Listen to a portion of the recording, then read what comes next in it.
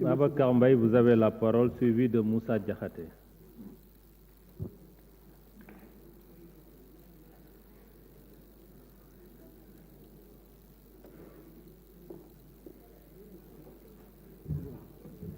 Merci beaucoup, Monsieur le Président. Je vous salue. Madame le Ministre, je vous salue.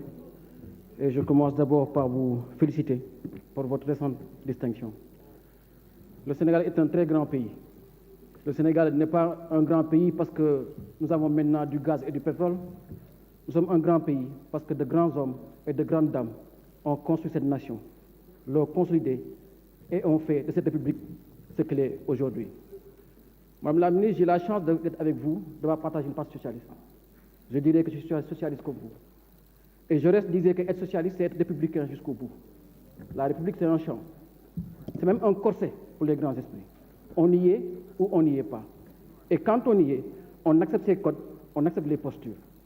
Et la vérité, c'est que depuis quelques années, les hommes politiques sénégalais ont décidé de faire la politique en marge du champ de la République, en marge de la République. On nous demande aujourd'hui d'oublier, d'absoudre, de pardonner et de faire corps avec le peuple sénégalais pour faire ce pardon-là. Sauf que les Sénégalais qui sont en face n'ont absolument rien fait.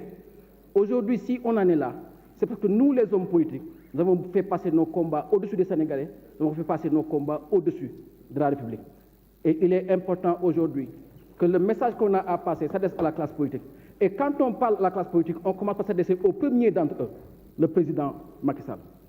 Quand un opposant va à des élections, gagne les élections et est installé comme président par les institutions de la République, se lève un matin pour dire que je vais réduire l'opposition à sa plus simple expression, il est responsable de ce chaos-là.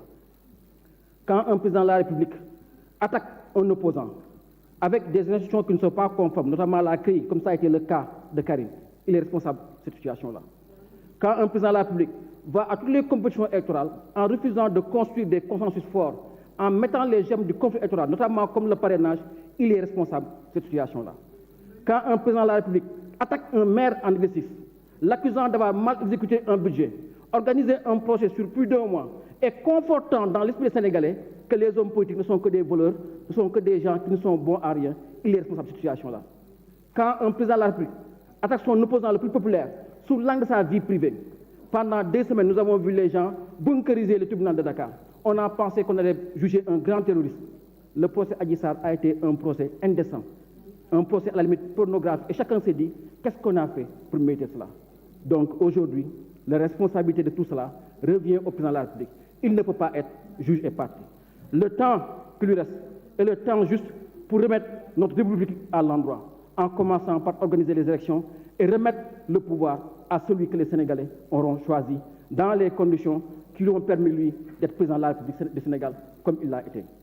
Et partant de là, notre message est aussi pour les Sénégalais, de dire les Sénégalais, président du pour Fajmer, président du pour Kher.